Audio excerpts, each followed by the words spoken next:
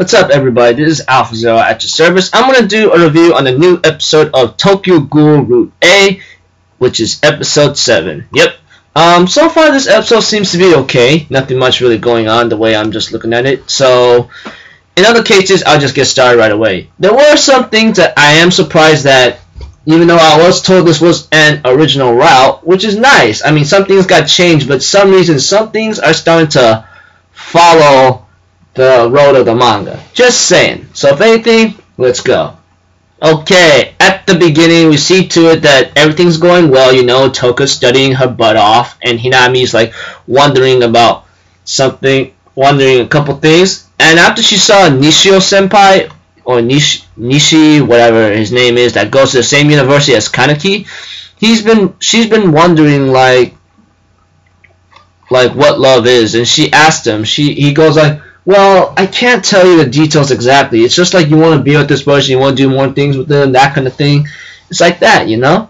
But it's sorry for my vague explanation, which is understandable, because even though like I don't know its meaning of love, because yeah, I remember having a couple crushes, but nah. Anyways, let's get out of that.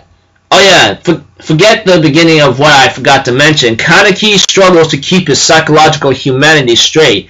And I just go like, well, that's gotta stink real badly, huh? And he gets invaded by Rize and Jason himself, you know? Yamori, or whatever you want to call him. And he's thinking in his mind he's not cannibalizing, you know? Of course, later down the road at the shop, we see to it that our boy, Shu, it's like, he's saying, the smell of coffee and Kaneki's scent, El Dorado. I'm like, oh my gosh, dude, this guy stole the spotlight of the show. Okay, I'm just saying, just like, oh my god, you know how to steal the spotlight these days. I'm just being literal, honest. So we see to it that after Shu informs the Anteku's manager about what's up, he tells him that I'll keep an eye out. He asks Shu to get more information as soon as possible, you know? While Shu's like, he altered his flavor. I'm thinking about mine, dude, you are always stealing the show. And then he has a little small time with Hinami, you know, talking to her. And then after he went to the restroom, we see to it that this other girl, which I really forgotten for some reason, I really apologize. If you could remind me who she is again, that'd be fine, because I read the Tokyo Ghoul manga, but I'm afraid I'm supposed to not remember her by myself anyway. So, as the episode progresses, she's talked with Hinami, the girl with the green hair, or should I call her moss head, because her hair is green. She tells Hinami that right now where you're at, you can't help your big brother, which is Kaneki. And therefore, that's about it. There was a scene where Kaneki comes back to Anteku, but not before the green hair girl talks to Juzo and the boy who's currently holding Jason, you know, well, his weapon, Jason. Yeah, she interviewed Yukinori and Juzo, and she asked one question: can ghouls be artificially created?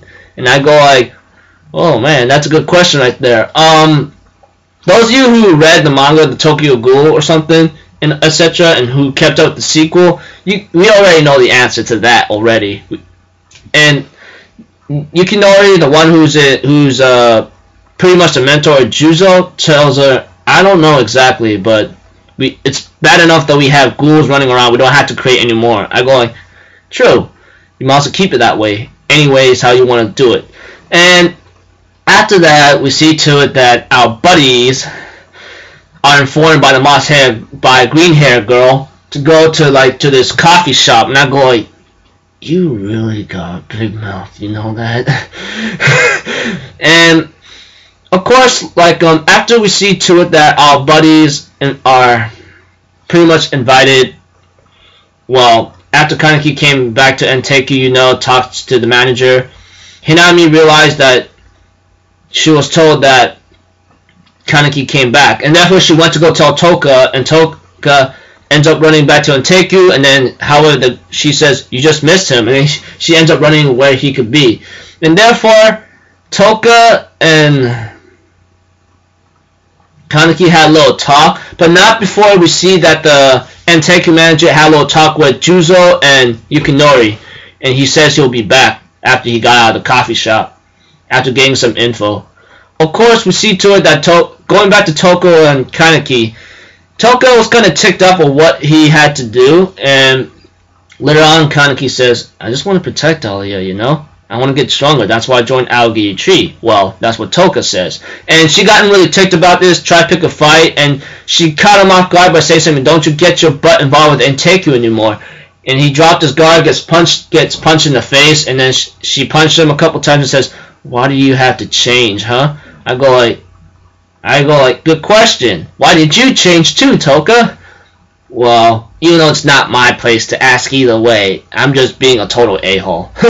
Okay? And, yeah, pretty much that's about it. Next episode, I believe it's called 9 Lives. I don't know what it's called, but, yeah. We're getting close to finishing the series up a bit, you know? But I gotta say, I think I had my okay times with it. Hopefully, like, it continues its satisfaction. So, episode came out alright. It seems to be following some parts of the manga, to be honest with you. Even though they say this is original, but whatever, you know. So, I'm gonna end it here, people. Expect my next review to come up in about, like, maybe 30 to 40 minutes at most. And I'll see y'all till then, alright?